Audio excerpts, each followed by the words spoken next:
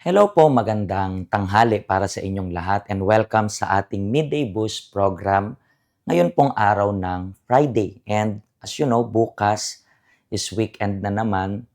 Bukas and then sa Sunday, tatapusin na natin yung month ng May.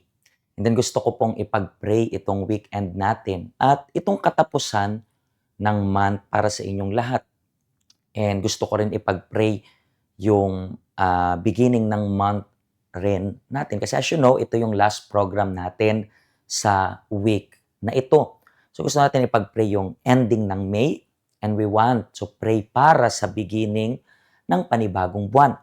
So kung kaya nyo pong ma-share yung link ng program na ito, please do share po para at least makita natin na yung mga tao ay natutulungan ng prayer natin. Kasi later on, gagawa rin po tayo ng prayer. And kung meron po kayong mga prayer requests, please isulat nyo po sa comment section kasi gagawa tayo ng prayer para sa inyong lahat. Kayo po na merong pinagdadaan ng mabigat na sitwasyon, kayo po na merong problema, kayo na matindi yung pinagdadaanan sa buhay. So pwede nyo pong i-comment yan sa comment section lahat ng pinagdadaanan mo kasi later on, hindi mo na po kailangan maging specific, okay? Siyempre, maraming nanonood ng programs natin, malalaman yung problems mo. Pero parang ano lang, prayer for family, ganun lang. Aspects lang ng buhay. And alam na rin ng Diyos kung ano yung hinihiling mo. Pero para lang maipag-pray ka namin later on. So, i-leave nyo lang po yung comment nyo dyan. Okay? And pag-uusapan natin today yung continuation ng pinag-usapan natin yesterday. As you know, kahapon, pinag-usapan natin yung life priorities. And pag-usapan natin ngayon, kahapon pinag-usapan natin, nag-focus tayo kay Mary, yung kapatid ni Martha. Pero pag-usapan natin ngayon, yung today's Martha, yung mga Martha sa modern world. And I want you to identify yung sarili ninyo kung kayo ba ay si Mary or kung kayo ba ay si Martha. Hindi naman sabihin natin isang malaking kasalanan maging si Martha, pero mas magandang ayusin ninyo yung life priorities ninyo. Okay, let's read kung ano po yung nakasulat dito sa Lucas pa rin, chapter 10, mula verse 38. It's written like this. Nagpatuloy si Jesus at ang mga tagasunod niya sa paglalakbay at dumating sila sa isang bayan or nayon. May isang babae roon na ang pangalan ay Martha. Tingnan nyo, di ba mag-focus tayo kay Martha. Si Martha daw, sabi niya dito, malugod niyang tinanggap sina Jesus sa kanyang tahanan. Meaning to say, masaya siya. Di ba? So, wini-welcome niya si Jesus sa kanyang bahay. And talking about yung bahay, di ba? Tayo yung bahay ng Diyos. So, siguro masaya kang wini-welcome yung Diyos sa buhay mo. Pero sabi dito, si Martha ay may kapatid na ang pangalan ay Maria.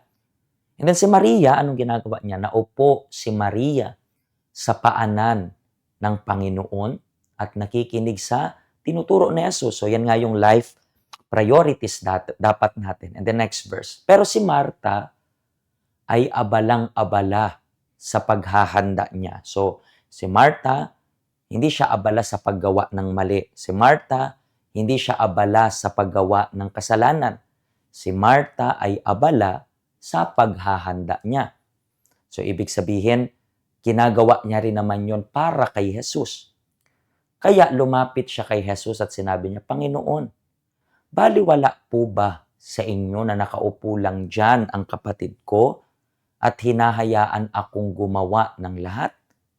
Tingnan niyo po kung paano niya tinato si Jesus. Sabihin niyo naman po sa kanya na tulungan niya ako. So, inutusan pa si Jesus. Diba? And anong sagot ng Panginoong Jesus?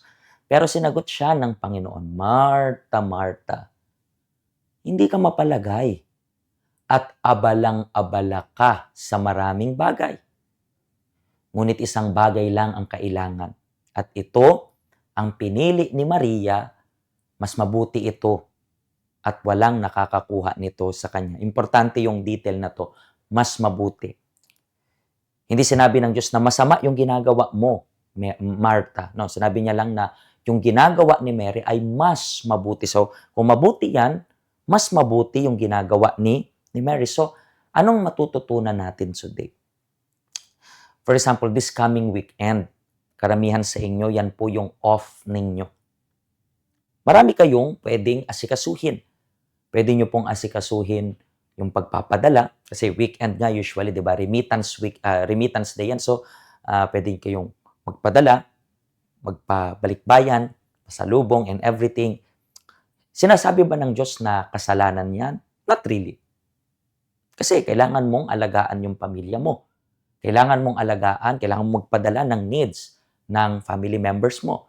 Pero you have to understand, merong life priorities. Maraming importante, pero hindi lahat pinaka-importante. Ulitin ko, mahalaga yan. Mahalaga yan. Pero merong mas mahalaga kaysa sa tinuturing mong mahalaga. At ano yon? Yung ginawa ni Mary. Yung relationship mo sa Panginoon. Parang ganito lang yan po, yung pagbobotones. Meron akong botones dito, dito, dito, dito, at dito.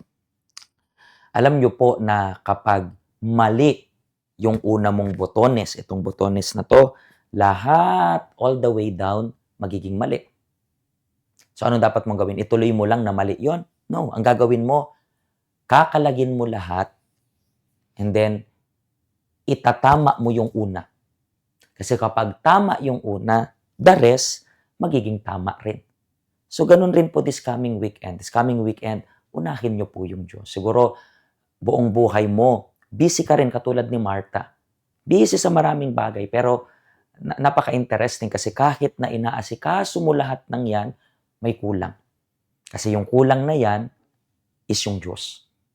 Hindi ko sinasabing wala kang Diyos, pero baka nawawalan ka ng oras sa Panginoon. Hindi ko sinasabi na hindi ka nagpipray. Baka lang nakakalimutan mong mag-pray sa lugar na appropriate para magdasal. Saan yon? Sa bahay ng panalanginan. Kahit saan pwede ka mag-pray. Pero isa lang yung tinawag na Diyos na bahay ng panalanginan, kundi yung templo niya, yung simbahan. Magsimba ka naman. Naintindihan niyo po ba? Hindi para maging relihiyoso, kundi maglaan ng time. Maglaan ng time. Gusto ka ng Diyos na maglaan ng time para sa Kanya. Kasi lahat ng tinuturing nating mahalaga, pinaglalaanan natin ng oras. Kaya ka nga nagtatrabaho dito eh. Kasi mahalaga yung pamilya mo. Kinakalimutan mo na malayo ka sa kanila kasi ang iniisip mo, matustusan yung pangangailangan. Anong ginagamit mo para makatustos ka ng pangangailangan? Time. Time yung binabayaran sa'yo. Kaya nga may mga part-time job kasi ang bayad sa'yo per hour, per time. Kasi ang time is something precious na hindi mo kayang ibalik, hindi mo rin kayang i-advance. Okay? So gagawa po tayo ng prayer. I believe ready na po yung tubig ninyo. So itong weekend na ito po yung ating schedule. Ito po yung ating address. Kung kailangan nyo ng information, nandito po lahat ng iyan sa ating helpline. Okay? So paano po mga kaibigan? Let's make our prayer. Hawakan nyo po yung tubig ninyo. Panginoong Diyos, sa pangalan ni Jesus, nandito ako ngayon at pinagpipray yung lahat ng mga taong ito. Sila na merong pinagdadaan ng problema, sila na merong mahirap na sitwasyon, sila na magulo yung nasa isipan. Abalang-abala sa napakaraming bagay, pero nakakalimutan yung pinaka-importante, which is yung salvation. Nakakalimutan yung pinaka-importante, which is yung presensya mo. So, Panginoong Jesus, bigyan mo ng lakas yung taong ito na makasama namin ngayong weekend. Siguro na-realize niya na para siyang si Martha. Abala sa napakaraming bagay, pero isa lang yung kailangan. Ang kailangan is yung presensya mo. So, Panginoong Diyos, I declare na sa oras na inumin niya to, magkakaroon siya ng lakas na bumalik sa tahanan mo. In the name of the Lord Jesus Christ. Para tapusin yung buwan sa presensya mo at simulan yung panibagong buwan sa presensya mo rin. We thank you in Jesus' name. Pwede nyo pong inumin yung tubig right now. At maging refresh kayo sa kalooban ninyo. Sa pangalan ng Ama, ng Anak, at ng Espiritu Santo, sabihin nyo po ngayon, Amen. Amen? Mga kaibigan, you are all blessed. This coming weekend, magkita-kita po tayo. At kung natulungan po kayo ng program na ito, do not forget to share yung link para sa lahat. Pagpalain po kayo ng Diyos.